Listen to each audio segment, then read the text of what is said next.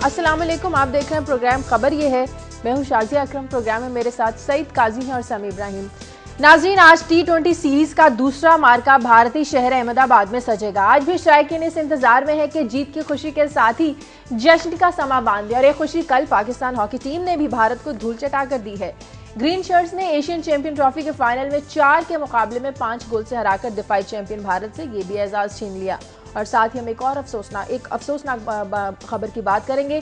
नसीराबाद में जहां पर झोंपड़ियों में आग लगने से एक ही खानदान के 6 अफराद जाँ बहक हो गए और तेज हवा की वजह से जो आग थी दूसरी झोंपड़ियों तक भी फैल गई। इन गरीबों का मदावा कौन करेगा, इस पर आज हम बात करेंगे। और साथ ही बात करेंगे कि लाहौर शादरा में हलाकतों के बाद अब गुजरांवाला में भी नशा आवर खांसी का शरबत पीने से साबिक नायब टाउन नाज़िम समेत हलाकतों की जो तादाद है ये 17 हो गई है। और जो महकमा हेल्थ है इसकी जानिब से अभी तक कोई गिरफ्तारी या कोई कार्रवाई अमल में नहीं आई है। इस पर बात करेंगे। साथ ही हम बात करेंगे पाकिस्तान पीपल्स पार्टी के चेयरमैन बिलावल भुट्टो जरदारी कहते हैं कि अदालत का काम हुकूमत करना है या इंसाफ देना।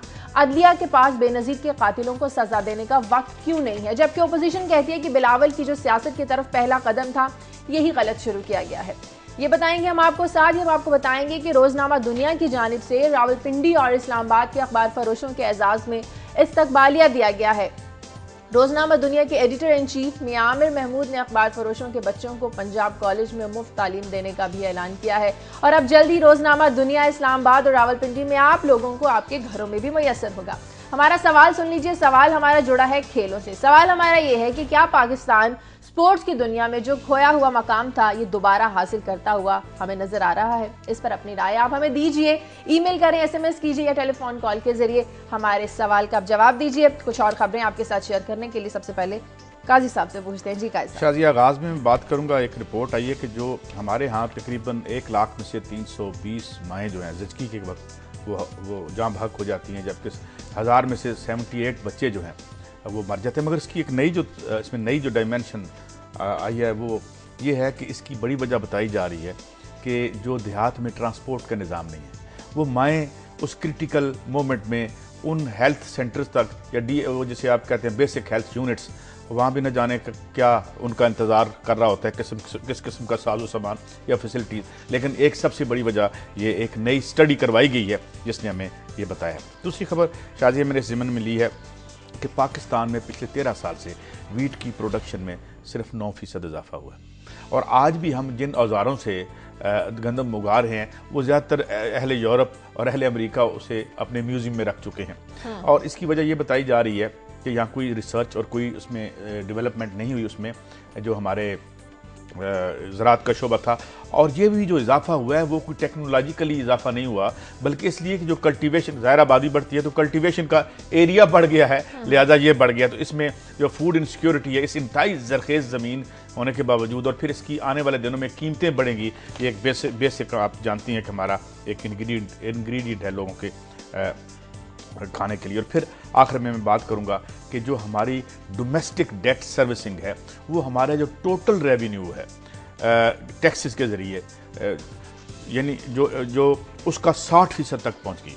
यानी इनडायरेक्ट टैक्सेस और डायरेक्ट टैक्सेस से हम जितना पैसा हासिल करते हैं, हमने पिछले 5 सालों में इस गवर्नमेंट ने रिकॉर्ड तोड़े हैं, अंदरूनी कर्जा लेने के भी और बैरूनी कर्जा लेने के भी। और अब जो 2500 अरब रुपया अगर हम लेते हैं, टैक्स लेती है सरकार, तो उसका 1500 से ज़्यादा जो है, या 1500 के लगभग वो डेट सर्विसिंग में चला जाता है। सो ये it let's us look into the economic performance of the government. समी साहब। शाजिया, पेशावर गुज़श्ता 2-3 हफ्तों से एक दहशतगर्दों के हमलों की जद में है।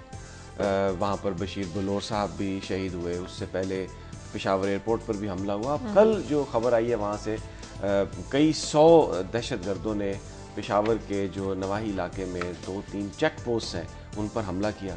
2 हमारे जो मलेशिया के जवान थे उनको शहीद किया। लेकिन जो ख़तरनाक खबर थी वो ये थी कि तकरीबन 33 जो अहलकार थे वो मिसिंग हैं, उनको वो अगवा करके अपने साथ ले गए। इस पर आज ज़रूर बात करेंगे कि ये क्या ट्रेंड है और दहशतगर्द क्या इससे मैसेज देना चाह रहे हैं।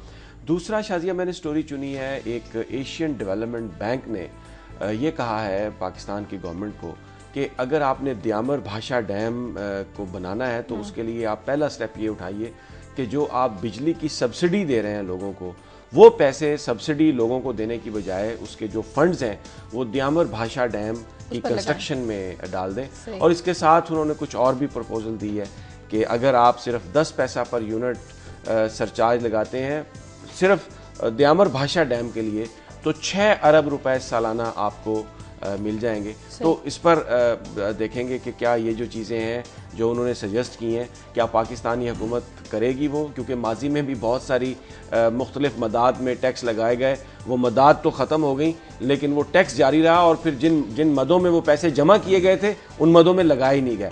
और दूसरा शाजिया, मैंने 2 कॉलम चुने हैं आज अमेरिकन मीडिया से। एक डेविड एग्नीशियस साहब का है अफ़गानिस्तान के बारे में, जिसमें वो ये कह रहे हैं कि एक बड़ी पॉजिटिव अप्रोच आई है। रिसेंटली जो मीटिंग्स हुई हैं तालिबान की जानिब से, उन्होंने इस बात पर अफसोस का इजहार किया है कि उनका अलकायदा से ताल्लुक था, वो आएंगे उसकी तरफ, मुज़ाकरात की तरफ। और दूसरा एक और जेम्स बेसर, एक बड़े नॉन यहूदी कॉलमिस्ट हैं, उन्होंने ये कहा है अमेरिका में जो यहूदी लॉबी है कि आप एक्सट्रीमिज़म की बात अब करना छोड़ दें, दुनिया तब्दील हो गई है और ये जो एक्सट्रीम आपका एटीट्यूड है टुवर्ड्स मुस्लिम इन पैलेस्टाइन, ये ठीक नहीं है, ये आपको मुकम्मल तौर पर डबो देगा। तो ये बदलती हुई सोच अमेरिका के अंदर क्या है, इसके बारे में आज गुफ्तगू करेंगे। और फिर जरूर जिक्र करूंगा सुहेल साहब के आज के कॉलम का। उन्होंने चुटकियां आज उन्होंने लिखा है कॉलम कायद आज़म मोहम्मद अली जना के हवाले से, क्योंकि 25 दिसंबर कायद का यौम पैदाइश था। तो बड़ी एक उन्होंने खूबसूरती से बताया है कि कायद जब पाकिस्तान को जब इस तरह से देखते होंगे तो उनका दिल किस तरह जलता होगा। सही, ठीक है, मुझे ब्रेक लेनी है। ब्रेक के बाद वापस आएंगे तो सबसे पहले बात करेंगे पाकिस्तान और भारत के दरमियान होने वाले मार्के की। एक ब्रेक के बाद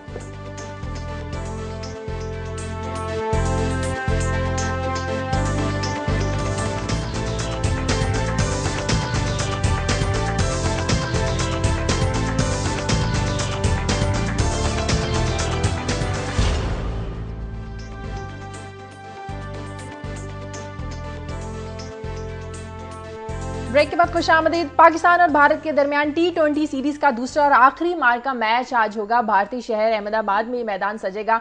शाम 4:30 बजे मैदान सजेगा और मैच खेला जाएगा। हमें नफसियाती बढ़तरी समी साहब इसीलिए हासिल होगी, कॉन्फिडेंस इसलिए ज्यादा होगा कि पहला मैच हम जीत चुके हैं। इसमें तो कोई शक नहीं। और अब जैसे आपने बताया अपने ओपनिंग रिमार्क्स में कि पूरी कौम देख रही है कि जनाब, और बड़ी उम्मीदें वाबस्ता हैं कि पाकिस्तान ये मैच जीतेगा, लेकिन होता यह है कि अगर उम्मीदों में थोड़ी बहुत कमी पेशी रह जाए ना तो वो जो हाल करते हैं। अच्छा, वही हाल हमने देखा इंडियन मीडिया ने जो किया इंडियन टीम का। वर्ल्ड चैंपियन है इंडिया, लेकिन पाकिस्तान से ये मैच वो हारे हैं। कामली की आपने वीडियो देखी? मैंने वो वीडियो देखी। और इसके अलावा और भी तमाम मीडिया चैनल जो थे वो उन्होंने जो अपनी टीम का भुरकस निकाला है वो तो ये देखें, वही काजी साहब, वही टीम थी ना जो वर्ल्ड कप जीती थी, उन्होंने सर पे उठा लिया और था। काजी साहब ने बड़ा पिछले दिनों ना जब बात हो रही थी तो बड़ा राइटली कहा था कि इसको इस्लाम और कुफर का मार्का ना बनाए, ये गेम है, अच्छी क्रिकेट होनी चाहिए, उसको एंजॉय करें। और लोगों ने एंजॉय किया अच्छी क्रिकेट को। बेटर टू विन होना चाहिए, जो भी जीत जाता है। और दूसरी बात यह है कि हमें ये तो हो सकता है कभी कभी के मैच ड्रा हो जाए, मगर बजक वक्त दोनों फ्री कैन जीत नहीं सकते, तो इसमें से किसी एक ने जीतना होता है। और दूसरी बात यह है कि मुझे याद आता है कि मैं देख रहा था जब हमने मैच बांग्लादेश से एक तो हमारा उनसे एक लगाव भी है एक माजी की वजह से, तो उनके चेहरे पे उदासी भी मुझे उदास कर गई थी कि तो हमें थोड़ा सा दीगर टीमों के फैंस के बारे में भी सोच लेना चाहिए। इंसान है, हम सब लोग एक ग्लोब पे बसते हैं,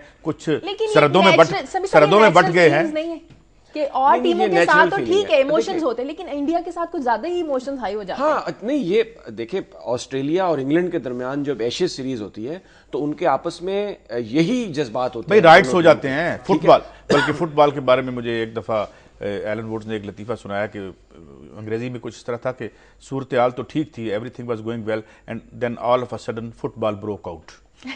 जैसे तो ये होता है लोगों। और मेरा ख्याल है कि ये नेगेटिव डायमेंशन है एक नेशनलिज्म की, ये चाहे वेस्ट में हो चाहे हमारे यहाँ हो। भाई हार को भी वो एक शेर है ना कासमी साहब का कि इश्क का खेल भी है दूसरे खेलों जैसा, मात का जिनमें नहीं हौसला खेले क्यों है। तो मात का भी हौसला होना चाहिए जब हम खेलते हैं। तो असल में ये क्या बात है, गेम में गर्मी इतनी होती है कि ये शेर याद नहीं रहता जब वो निकल रहा होता है। और भाई बाकायदा मेरा बेटा जो है, मैंने वो ना बिल्कुल यूं बैठा होता है, एक्सप्रेशंस आप देखें, कभी हंस रहे हैं, कभी उदास हो रहे हैं, और वो फौरी तौर पर फिर फोन करके तमाम दोस्तों को वो जीत गया वो हार।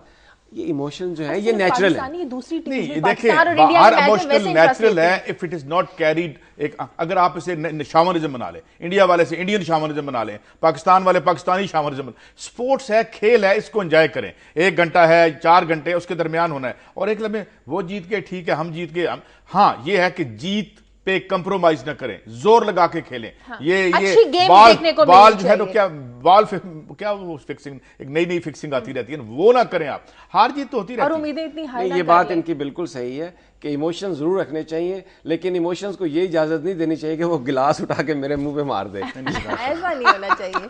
अच्छा, ये बिल्कुल नहीं होना चाहिए। खुदा जानता है कि आप इसके जितने भी मुस्तहिक हो, मुझसे हरकत कभी सरजद नहीं होगी। मैं आपका बड़ा मशहूर हूं। अच्छा, जीत के मजे हम ले रहे हैं, कल हॉकी के जीत का मजा भी हमने लिया। बड़ा जबरदस्त मैच था, कितना टफ मैच था, लेकिन एक अफसोसनाक बात है, देखिए आप ये यहाँ पर मुझे थोड़ी डिस्क्रिमिनेशन नजर आई कल कि जब क्रिकेट के कोई मैचेस होते हैं तो कोई ना कोई पाकिस्तान टेलीविजन या कोई प्राइवेट चैनल उसने उसके राइट्स खरीदे हुए हैं। हॉकी का एशियन चैंपियनशिप का मुकाबला था और टेलीविजन जो है उस पर वो नजर नहीं आ रहा था, और वहां पर वो हमें सिर्फ टिकर्स पे डिपेंड करना पड़ा था, और मैच टिकर्स देख के अंदाजा हो रहा था कि यार 2-4 मिनट के बाद फर्क देख लेते हैं ना। अब सरमाए ने उस तरह उसमें सराहियत नहीं किया, वरना जो ग्लोरी और जो मकाम पाकिस्तान को हॉकी ने दिलवाया है वो क्रिकेट ने नहीं दिलवाया। एक वक्त था कि इस ग्लोब का कोई ऐसा टाइटल नहीं था जो एशिया की टीम खेल सकती और पाकिस्तान के पास ना होता। तो हमने क्या किया, वहां पे उनकी हालत देखी है, 50 लाख रुपया कोई मुझे उनका फंड बता रहा था। उनकी वैसे बेचारों को देखते हैं जब उन्होंने वो वर्दी में आते हैं तो कुछ सेहतें भी इस तरह लगती हैं जिस तरह यूरोपियन के मुकाबले में, तो हम वो भी हमारा बहुत बड़ा खेल है। लेकिन इसमें ये अब कमर्शलाइज हो गया। अब इसमें देखिए ये एक इंडस्ट्री बन गई, ठीक है, इसमें बिलियंस ऑफ रुपीज, जुए को तो छोड़ दें, बाकी जो रकम है इसके अलावा इसमें ऐसी यानी सीना गजट है कि हम बयान नहीं कर सकते कि इसमें कितना माल है, और तो ये उसको हम इग्नोर, ये भी एक अनइवन डेवलपमेंट की शक्ल। अच्छा, इसमें मैं सिर्फ ये अर्ज करूंगा कि सरमाया की आपने बात की, लेकिन पाकिस्तान टेलीविजन बहुत सारे वेंचर्स करता है जिसमें वो क्योंकि स्टेट की तरफ से उसे पैसा मिलता है, तो वो हर चीज में कोई वो सरमाया प्रॉफिट नहीं देखा जाता। अब 35 रुपए हो गया है, मेरा ख्याल है अदम 35 रुपया बिजली के हर बिल में हम देते हैं, टीवी और रेडियो का घर बैठ के बनाती हम देते हैं, लिहाजा it's our right if they do something. मैं आपने जो पहली जो बात की मैं उसका जवाब दे रहा था।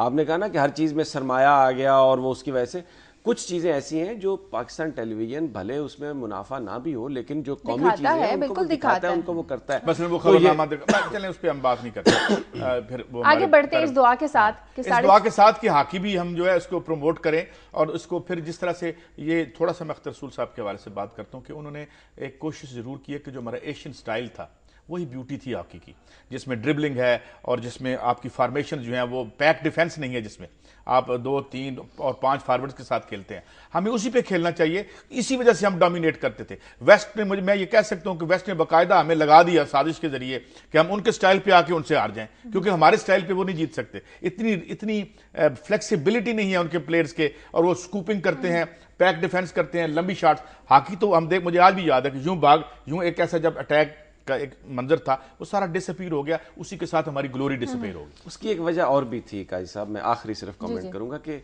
ये जो जिस हॉकी की आप बात कर रहे हैं, जिस ड्रिबलिंग की आप बात कर रहे हैं, वो होती थी ग्रास पे। ये जब उसमें ऑस्ट्रोटर्फ वो लेके आया तो उसमें सबसे बड़ा इशू आया प्लेयर के स्टेमिना का। हमारे यहाँ ऑस्ट्रोटर्फ की कमी थी क्योंकि ऑस्ट्रोटर्फ एक आध लगाई, फिर उसको मेंटेन करने का भी बड़ा खर्चा है, उसमें प्रैक्टिस नहीं थी। और फिर हमारे जो प्लेयर्स थे फिजिकली वो इतने स्ट्रांग नहीं थे। मुझे याद है जब हम ओलंपिक्स जीते थे तो वो जो पाकिस्तान के प्लेयर्स थे उन्होंने जो समंदर के साथ जो वो होती है रेत, उस पे दौड़कर तो उन्होंने अपनी जो फिटनेस है उसको किया। नहीं, वो नरम होती है ना तो पांव उसमें धंसता है। ऑस्ट्रोटर्फ जो है ऑलवेज वो पानी होता है उसके ऊपर, तो वो जो एक एशियन स्टाइल जो थी ना वो कैसा वो उस ऑस्ट्रोटर्फ पर वो मुमकिन नहीं है, उस तरह से मुमकिन नहीं है जैसे आपने बयान किया। गालिबन 85 का जो चैंपियंस ट्रॉफी थी हमने ऑस्ट्रोटर्फ पे बहुत बहुत बड़े जीते हैं। ऑस्ट्रोटर्फ आ चुकी थी हमारी उसके बाद फिर, लेकिन मैं ये अर्ज करता हूं अगर आप मैं अनइवन मैदान पे शहनाज शेख जैसी ड्रिबलिंग कर सकते हैं तो फिर आप एक सीधी जगह पे क्यों नहीं कर सकते? मुझे कॉलर लेने हाँ, सेहत ठीक बने, खाना खिलाएं प्लेयर्स को। कॉल है लाहौर से, रियान है। हेलो जी, अस्सलाम वालेकुम। वालेकुम सलाम। जी मुझे ये अभी बात हो रही थी हॉकी की मैच की, तो मैं सबसे पहले तो मुबारकबाद पेश करूंगा कि जो पाकिस्तान नेशन हॉकी चैंपियनशिप जीता है आज। और सेकेंडली मुझे एक चीज का जो आपने बात की उसका अफसोस काफी हुआ जो अभी बात हो रही थी कि जी आपका हॉकी गेम जो सी है नेशनल गेम है आपकी, और फिर भी आपका कोई चैनल जो है वो दिखा नहीं रहा था उसे, और टीचर्स पर हम लोग देख रहे थे। तो ये काफी अफसोसनाक बात है। अगर आपने अपनी नेशनल गेम को अपलिफ्ट करना है और उसमें सरवाइव करना है, आगे जाकर उसको जिंदा रखना है, तो आपको हॉकी के सारे मैचेस कतई नजर इसके कि सरमाया कितना मिलता है या नहीं दिखाने चाहिए। ठीक है, बहुत शुक्रिया। बिल्कुल ठीक, बिल्कुल सही हमें बात है। अच्छा, काजी साहब ने ये भी एक बात बड़ी सही करना की, क्योंकि कासिम जिया साहब से अक्सर हमारी मुलाकात रहती है, उनके पास पूरा बजट जो है वो 50 लाख का, लेकिन अब इन्होंने पंजाब चीफ मिनिस्टर ने 2 करोड़ रुपए, क्योंकि जब वो इंडिया को हरा के आए हैं चैंपियंस ट्रॉफी में, तो उनको कहा कि वो दिए। वफाकी हुकूमत को भी चाहिए कि वो इसको फंड्स दे और सरपरस्ती करे। हमारे यहाँ स्पोर्ट्स को सॉरी टू से बहुत कम प्रमोट किया जाता है। मैं अगले दिन पढ़ रहा था कि मोहम्मद आसिफ जो स्नोकर जीत के आए हैं, जिनके साथ वादे किए गए थे लाखों रुपए के इनाम देने के, एक चेक नहीं मिला, वो बेचारे रो रहे हैं, उनको कुछ नहीं मिला। और उन्होंने देखे एमेच्योर वो दुनिया की जो चैंपियनशिप है वो जीत के आए। तो स्पोर्ट्स की जो सरपरस्ती है ना, वो उस तरह नहीं हो रही, उस तरह से प्रमोट नहीं किया जाता जिस तरह दूसरे ममालिक में किया जाता है। बहरहाल इस दुआ के साथ आगे बढ़ते हैं कि आज पाकिस्तान के नाम ही जीत हो, लेकिन खेल को खेल ही लीजिए। हार और जीत खेल का हिस्सा होती है, ज्यादा इमोशनल होने की जरूरत नहीं है। एक अफसोसनाक खबर की बात कर लेते हैं। नसीराबाद की जो झोंपड़ियों में आग लगी है, आप हमेशा हम सब गरीबों की बात करते हैं, एक ही खानदान के जो थे वो 5 लोग इसमें जाम बहक हो गए, और इतनी अफसोसनाक बात कि दूसरी झोंपड़ी तक भी आग फैल गई। शाजिया, इसमें बात यह है, कल हमने कराची की बात की कि 60% वहाँ पे स्लम्स है। दुनिया में, मुहज़्ज़ब दुनिया में ये होता है कि जब आप एक टाउन प्लानिंग होती है, अगर आप जाएं, आपको वहां पे ना 7 किस्म के इंस्पेक्टर्स आते हैं, उस वक्त आपको घर में वो दाखिल होने देते हैं। मगर वो किस सूरत में होता है? वो उस सूरत में होता है कि जब आप अपने ज़राए पैदावार और उनसे पैदाशुदा दौलत को आवाम के लिए इस्तेमाल करें। ठीक है, अब आपने कभी सुना कि फार्म हाउस में आग लग गई थी और कुछ लोग मैरी मेकर्स जो हैं वो जाम बहक हो गए? नहीं, क्योंकि वहां पे हर चीज, क्योंकि हवा से फार्म हाउस हिलते नहीं है, वो तो हिलते नहीं है। तो वो जिस तरह, फिर आज शेर बड़े याद आ रहे हैं, इमदाद हमदानी साहब का शेर है कि तेरी संगीन फसीलों को तो जुम्बश तक नहीं आई, हवाएं ले उड़ी जिनको वो अपने झोंपड़े होंगे। तो ये है कि रियासत का, हुकूमत का, सरकार का टोटल जो एक उन्होंने फारग कर दिया है कि नहीं जी, ये ऊपर एक सियासत है, हमने आपस में लड़ना है, कौन बनेगा वजीर आजम, कौन नहीं बनेगा वजीर आजम, उसमें खेलो, लिप सर्विस करो मीडिया पे आके कि हम अवाम हैं, हम जमहूर हैं। नहीं है ये जमहूर, ये आपकी जमहूर जल रहा है। अभी आप टाइनॉल क्या वो दवाई है, तीनों की जो भी उसकी, आज फिर 4 बंदे मर गए। इसका मतलब आपकी रेगुलेशंस नहीं है। आपकी क्यों नहीं है? क्योंकि आपका इस पे तरजीह ही नहीं है, आपकी तरजीह जमहूर नहीं है और आप कहते हैं आप जमहूरी हैं। ये हालत हो रही है। तो मैं इसी को जोड़ के देखता हूं कराची की सूरत हाल के साथ कि कराची में अगर तालिबानाइजेशन हो रही है या जुगी में आग लग रही है, उसकी वजह क्या है कि आपकी तरजीह अवाम नहीं है। That's it. झोंपड़ियों का आप देखें, हर टाउन में, हर शहर में, हर जिले में झोंपड़ियों की तादाद बहुत ज़्यादा है। आप लाहौर में अक्सर इलाकों में चले जाएंगे, पीछे रेलवे लाइन वगैरह साइड में बहुत ज़्यादा झोंपड़ी। अगर बाहर के ममालिक में ऐसा कोई सिस्टम है जिनके पास रहने के लिए छत नहीं है, वो अफोर्ड नहीं कर सकते, वो किस तरह रहते हैं? नहीं शाजिया, जो घर बनाया जाता है ना, उसके लिए हर शहर के कोड्स होते हैं। हाँ। और आप घर में दाखिल नहीं हो सकते जब तक आपको सर्टिफिकेट ऑफ ऑक्यूपेंसी नहीं मिलता। हाँ। हमारे यहाँ जो काजी साहब ने बिल्कुल सही पॉइंट आउट किया कि हमारे यहाँ कोई जो रूल्स और रेगुलेशंस हैं उनका कोई सिरे से कोई ताल्लुक ही नहीं है, वो किए ही नहीं जाते।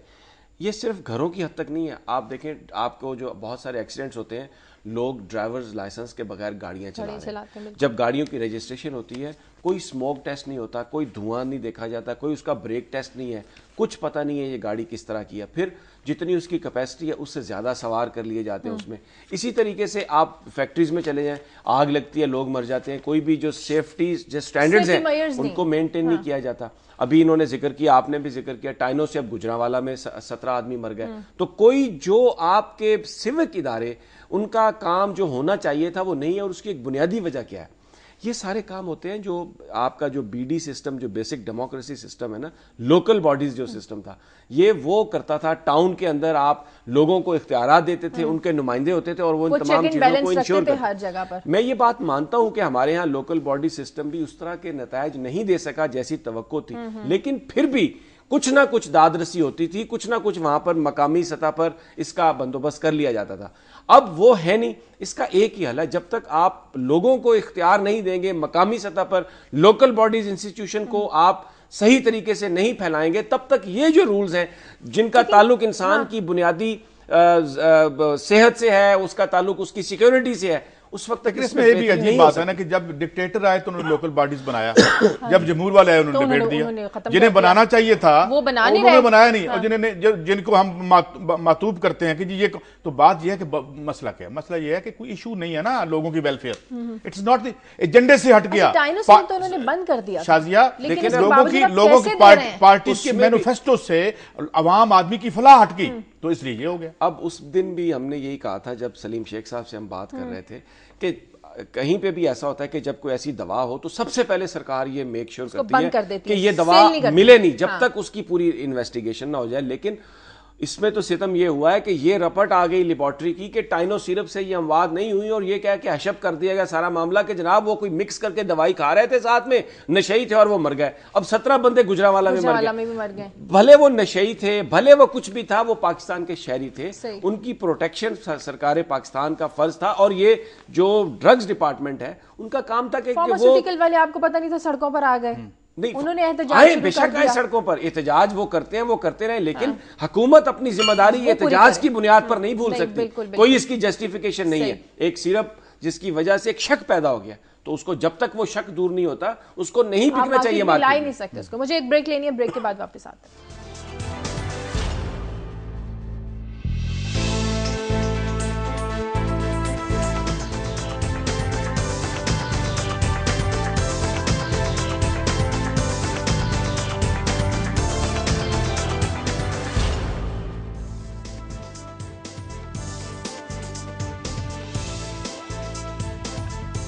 ब्रेक के बाद खुशामदीद। नारवाल से कॉलर है अली मुर्तजा। हेलो अस्सलाम वालेकुम। अस्सलाम वालेकुम। शादी कैसी हैं आप? अल्लाह का शुक्र, ठीक ठाक। आपका प्रोग्राम जी मैं बड़ी देर से और बड़े शौक से सुनता हूँ। Thank you. तो ये खेलों के हवाले से बात करनी थी। जी जी बोलिए। खेलों के हवाले से बात ये है कि मैं यहाँ गवर्नमेंट कॉलेज में एम्प्लॉय हूँ, तो वो जो ग्राउंड है हमारा, वहाँ पे लोगों के अब घर भी बनते जा रहे हैं।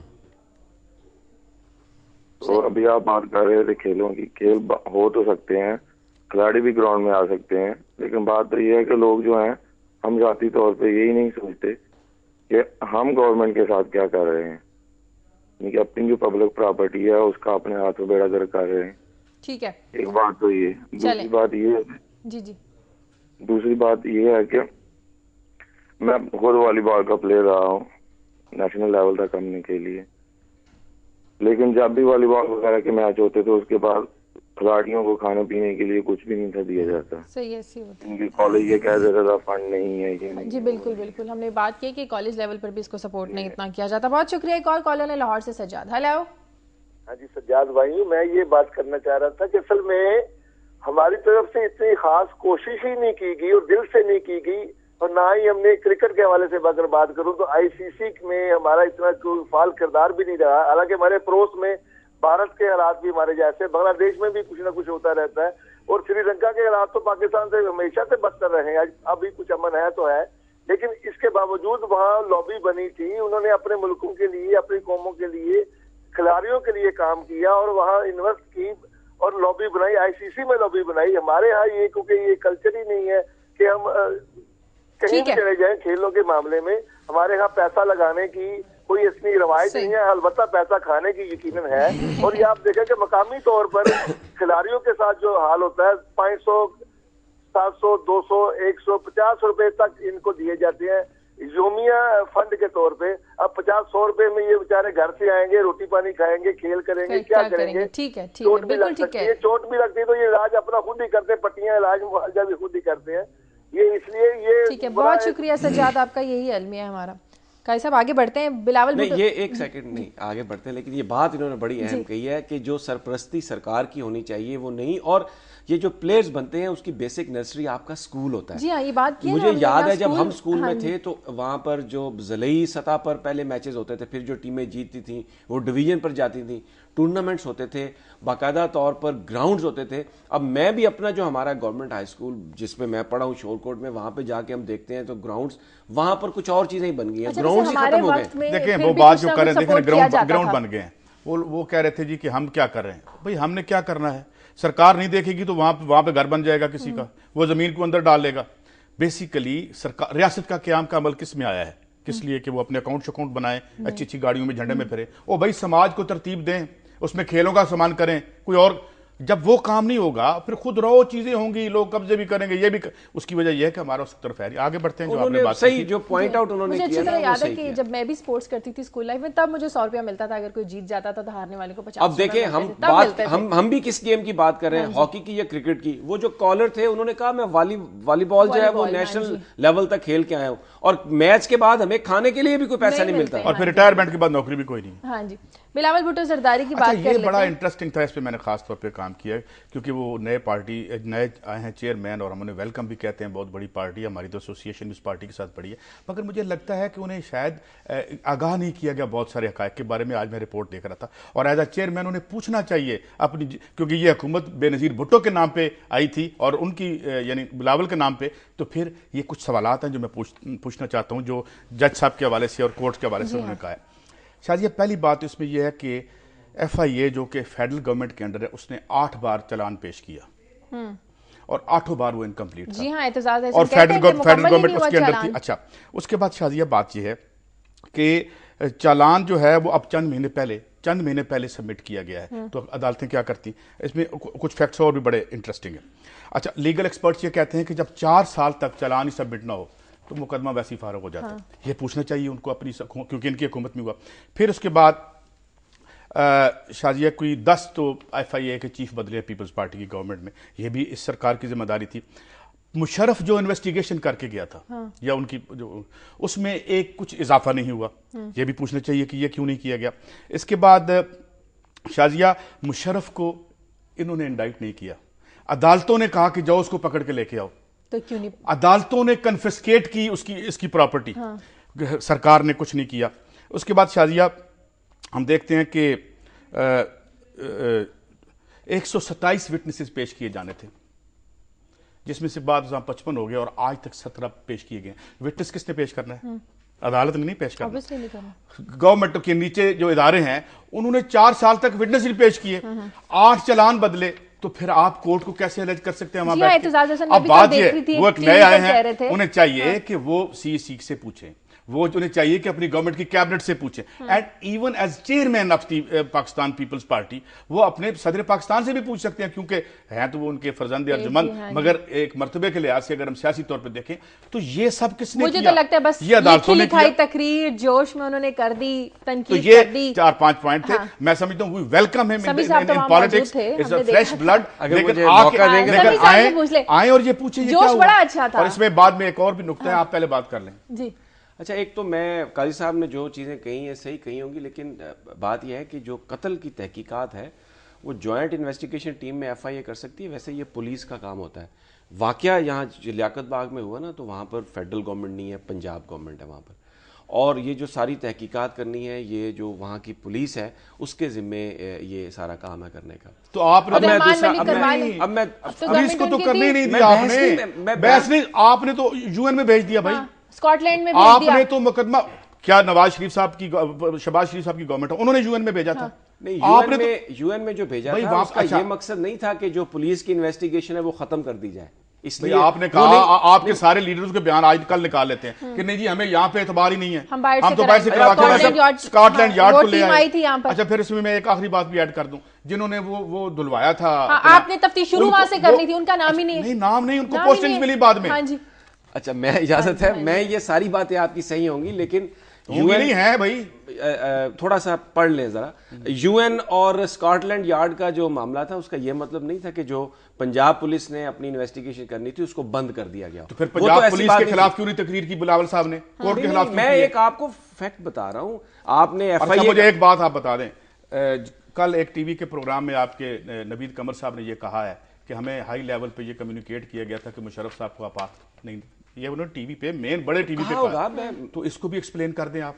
नवीद कमर साहब एक्सप्लेन करेंगे। भाई पार्टी के फेडरल मिनिस्टर हैं, वो एक्सप्लेन करेंगे आपके पास मैंडेट भी था या नहीं था? आपने सही कहा, आपके पास मैंडेट भी था या नहीं था? कह रहे थे कि रहमान मलिक को जो महारत दिखानी चाहिए थी वो दिखा नहीं सके, टीवी पर बुला ले, ऐसा कायल करते हैं आपको। नहीं, ये क्रिटिसिज्म सही है आपका कि उनको करना चाहिए था। और आज जब सवाल वर्कर पूछ रहा है, वो पूछ रहा है, मैं कोई और बात कर रहा हूं, मैं सिर्फ ये अर्ज करना चाह रहा हूं, अगर इजाजत देंगे। जी कर ले, फिर मुझे ब्रेक लेनी है। अच्छा, अब ब्रेक ले लें, फिर बाद में कहा जाते हैं। चलिए ब्रेक के बाद वापस आते हैं।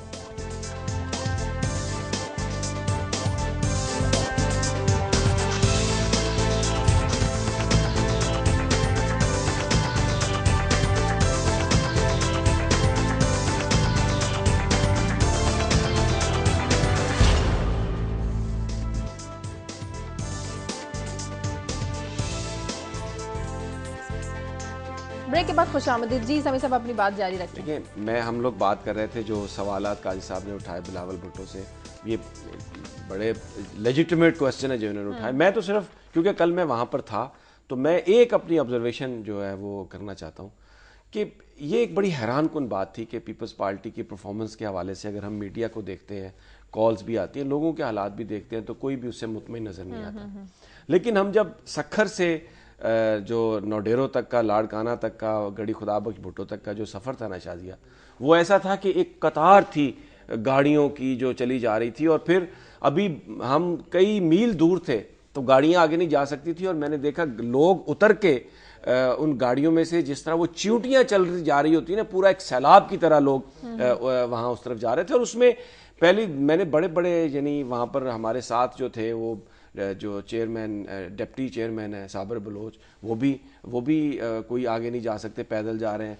काई साहब के दोस्त अफजल चंद साहब भी वो ट्राले से उतरे जंप मार के, और वो भी जा रहे हैं। अच्छा। तो ये जो एक मैंने लोगों की अकीदत देखी, क्योंकि मैंने कल भी ये कहा था कि वो अगर इजाजत, ऐसा मैंने आपको रोका नहीं है, डिस्कस ही नहीं किया, भाई इजाजत दे दे बोलने की, मैंने रोका नहीं। पार्टी पॉपुलर पार्टी है भाई, मैंने आपको रोका नहीं है। हम तो ये कह रहे हैं कि उसकी लीडरशिप ने तफ्तीश नहीं कराई, हम ये बात कर रहे थे। चले आगे काजी साहब क्योंकि सुनना नहीं चाहते। मैं पीपल्स पार्टी को, मैंने जिंदगी में अगर वोट दिया तो पीपल्स पार्टी को दिया। भाई हम आपका जाती क्रेडिट नहीं चेक कर रहे हैं, आप ना दें वोट पीपल्स पार्टी को। हम ये कह रहे हैं पीपल्स, आम आदमी तो मोहब्बत कर रहा है उसकी लीडरशिप को एलिमिनेट किया गया। तो आज की लीडरशिप जो मैं बात करना चाह रहा हूं, मैं जो इसी पे बात करना चाह रहा हूं, जो सवाल बिलावल भुट्टो ने कल उठाए वहां पर, मैं वहां पर मौजूद था, वो जो मजमा था पूरा सारे का सारा, वो बिलावल भुट्टो जरदारी के सवाल के जवाब में, सवाल के पीछे था।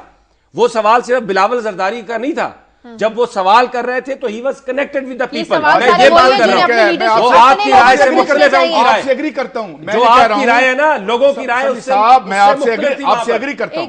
बिलावल भुट्टो और वो बंदे जो हैं वो सीजेपी साहब से ना पूछें, रहमान मलिक से पूछें, लोगों से पूछें, अपनी हुकूमत से पूछें, वो ठीक कर रहे हैं। मैं सिर्फ ये कह रहा हूं कि अगर बिलावल भुट्टो साहब को ठीक नहीं बताया गया, पहला दिन उनका एज ए चेयरमैन, तो हमारा फर्ज है कि उन्हें बताएं, कि उनसे पूछें कि ये क्या सवाल, मुमकिन है इसके जवाब बड़े लेजिटिमेट हों तो आ जाए। क्या ये जवाब है कि बेनजीर भुट्टो के कत्ल की तफ्तीश सही नहीं हुई, मगर चलो उसे भूल जाओ क्योंकि पीपल्स पार्टी बड़ी पॉपुलर है? What is this line of reasoning Qazi साहब? What is this argument? मैं नहीं सुन, आप मेरी बात ही नहीं सुन रहे। सुन लेना, मैं कुछ और कह रहा हूं। मैं ये कह रहा हूं कि ये जो आपके सवाल है ना, आप तो ये समझ रहे हैं कि शायद उनको बताया नहीं गया। वहां पर बिलावल भुट्टो जरदारी और वो जो लाखों लोग थे, जब बिलावल ये सवाल कर रहा था तो वो लोग ये समझ रहे थे कि बिलावल ये सवाल लेजिटिमेट कर रहा है। मैं सिर्फ ये कहना चाहता हूं, right to speak on behalf of the people. हम तो उधर नहीं थे, मगर हम ये कहते हैं कि सिचुएशन कुछ भी हो, इन सवालों का जवाब एक इंसाफ पसंद आदमी, चाहे पीपल्स पार्टी से है या नहीं, वो मांगता है। बिल्कुल। और ये सवालों की अहमियत इसलिए कम नहीं हो जाती कि लोग कीड़ों की तरह चल के आ रहे थे। आगे चलते व्हाट डज दिस मीन कि फलां कत्ल को भूल जाओ क्योंकि लोग कीड़ों की तरह चल के आ रहे थे, लिहाजा ये कत्ल माफ? ये क्या, ये व्हाट इज दिस आर्गुमेंट? ये असल में गुस्सा इनको इतना आ जाता है। गुस्सा, मैं गुस्से की बात कर रहा हूं। नहीं गुस्से में। अच्छा, मैं जो खबर मैंने शाजिया जो चुनी है ना, उसमें जो ज़्यादा अहम एक बात है वो पेशावर के हवाले से थी। दहशतगर्दी के ख़िलाफ़ जंग में पाकिस्तान बहुत कुछ लूज़ कर चुका है। पेशावर ख़ास तौर पे गुज़श्ता चंद हफ्तों से एक ख़ास तरह के हमलों की जद में है। और कल जो हुआ कि जो पेशावर के नवाही इलाका है, मतनी खेल और दूसरी जगह, वहाँ पर 3-4 पोस्टें थी, तकरीबन 400 से ज़ायद अहलकार इन जगह पर तैनात थे। लेकिन एक बड़े मुनज़्ज़म अंदाज में इन चेक पोस्ट पर हमला किया गया और कई अहलकार जो हैं वो शहीद भी हुए। लेकिन दर्जनों, कुछ मीडिया 33 रिपोर्ट कर रहा है, कुछ इससे ज़्यादा रिपोर्ट कर रहा है, उनको अगवा कर लिया गया। और इससे पहले ये हुआ कि जो भी सिक्योरिटी अहलकार अगवा किए गए हैं उनकी बाद में उनकी बॉडीज मिली हैं, कोई जिंदा वापस बच के नहीं आया। तो ये जो एक ख़ास, अच्छा फिर मैं इसको ये देख रहा था कि जो अफ़गानिस्तान से ख़बरें आ रही हैं वहाँ पर भी ये है कि गुज़श्ता कोई तकरीबन 2-3 हफ्तों में जो अफ़गान पुलिस के जो अहलकार हैं और सिक्योरिटी के जो अहलकार हैं, अफ़गान मलेशिया के जो अहलकार हैं, वो भी दर्जनों के हिसाब से उनको उनके साथियों ने गोलियों का निशाना बनाया। तो एक ट्रेंड नज़र आ रहा है सरहद के उस पार और इस पार कि हमलों में तेज़ी है, हमलों में शिद्दत है और उसका निशाना बतौर ख़ास सिक्योरिटी अहलकार है। और इसकी वजह से हमने पहले भी ये जिक्र किया था कि एक ट्रेंड जो है वो तब्दील होता हुआ नज़र आ रहा है कि अब जो ज़्यादातर निशाना है वो सिक्योरिटी अहलकार हैं। तो ये एक जो मोरल बूस्ट करने के लिए हमारी जानों की हिफाजत के लिए वो वहाँ पर मौजूद है। उनको प्रॉपर एक तो एम्यूनेशन और हर चीज़ वो मिलनी चाहिए, और दूसरा जो रॉन्ग मैसेजेस जाते हैं ना, जिसके हवाले से ये शक पैदा कर दिया जाता है कि क्या ये जंग हमारी है या अमेरिका की है, ये भी इस बहस से हमें अवॉइड करना चाहिए, क्योंकि वो हमारी जानों की हिफाजत कर रहे हैं। एरिक मार्गलिस लिखता है इसके बारे में कि नॉन स्टेट एक्टर्स अमेरिका जो आज ये नॉन स्टेट एक्टर्स यहाँ पे ये गन डाल रहे हैं, ये जनरल अख्तर अब्दुर्रहमान जब आई के चीफ थे, वो खुद एरिक मार्गलिस अब कॉलम लिखता है, उस वक्त CIA का जो मुलाजिम था, तो वो कहता है कि उन्होंने बनवाए थे। तो फिर हम कैसे कह दें कि ये उनसे इसके रिश्ते नहीं है इस जंग के। बहरहाल मैं अपनी खबर की तरफ आता हूँ। मैं एक तो शाजिया बात करना चाहता हूँ कि मैटरनल हेल्थ और ट्रांसपोर्ट का जो रिश्ता, ये एक रिसर्च एंड एडवोकेसी फर्म है RAF, उससे ये सर्वे करवाया गया और उसमें ये कहा गया है कि तकरीबन 320 माएँ 1 लाख में जहाँ भाग हो जाती हैं, सिर्फ इसलिए कि वो जो भी हमारे पास पूरी भली फैसिलिटी है हेल्थ की, वो वहाँ पहुँच नहीं सकती। और इसमें से 78 बच्चे 1000 one of the highest mortality rate है पाकिस्तान में। और हम जितने भी अब हमारे तो खैर सेंसस वो भी अरसा हो गया, फिर भी हम फ़र्ज़ कर लेते हैं कि 70-74% लोग हमारे जो हैं वो शायद रूरल एरिया में रहते हैं या ऐसे कुछ कमो बेश होंगे। तो अब सिलसिला क्या है कि हमारे पास जो थोड़ा बहुत एक इंफ्रास्ट्रक्चर हेल्थ का है, वो भी हमारी आवाम इसलिए इस्तेमाल नहीं कर सकती क्योंकि वहाँ पे जो है वो ज़राए आमदोरफ्त नहीं है। ये किसने करने हैं? ठीक है, हम जब ये कहते हैं ना, हम ये नहीं कहते हर चीज़ को नेशनलाइज कर लो, और ये भी हमाकत है, लेकिन क्या रियासत का फ़र्ज़ नहीं है कि वहाँ पे अगर ट्रांसपोर्ट फराम करे? रियासत दुनिया में ट्रांसपोर्ट फराम नहीं करती। आपने सारा प्राइवेट सेक्टर में भेज के हमारे बच्चे मार रहे हैं और फिर कहते हैं ये निज़ाम नाकाम हो गया है। देखें, कोई निज़ाम ना कुली तौर पे कामयाब होता है ना नाकाम। ये जो बच्चे मर रहे हैं, इसका खून किसके सर पे है? ये जो 320 माएँ मर रही है, ये किसके सर पे है? ये उस ट्रांसपोर्ट, उस निज़ाम के सर पे है। ये जमहूरियत के सर पे। नहीं, आप जवाब देना। जमहूरियत को छोड़े ना, जमहूरियत को देखें, ये जो इन्होंने बना रखा है ना, बात क्या है कि जमहूरियत का और रियासत का रिश्ता मुनक़ता सेहत से, जमहूरियत और का रिश्ता ह्यूमन राइट से, इंसान के तमाम हकूक से सियासत का कुछ लेना देना नहीं। मगर चूंकि आपने बंदों को बसों में बिठा के वोट डलवाए हैं, लिहाजा ये जमहूरियत। खुदा का खौफ करें, ये सफाक मजाक बंद कर दें। ये सफाक अपने कौम के बच्चों को ना मारें। इतने बच्चे मिलिटेंट्स नहीं मारे जितने आपके ये निजाम मारा।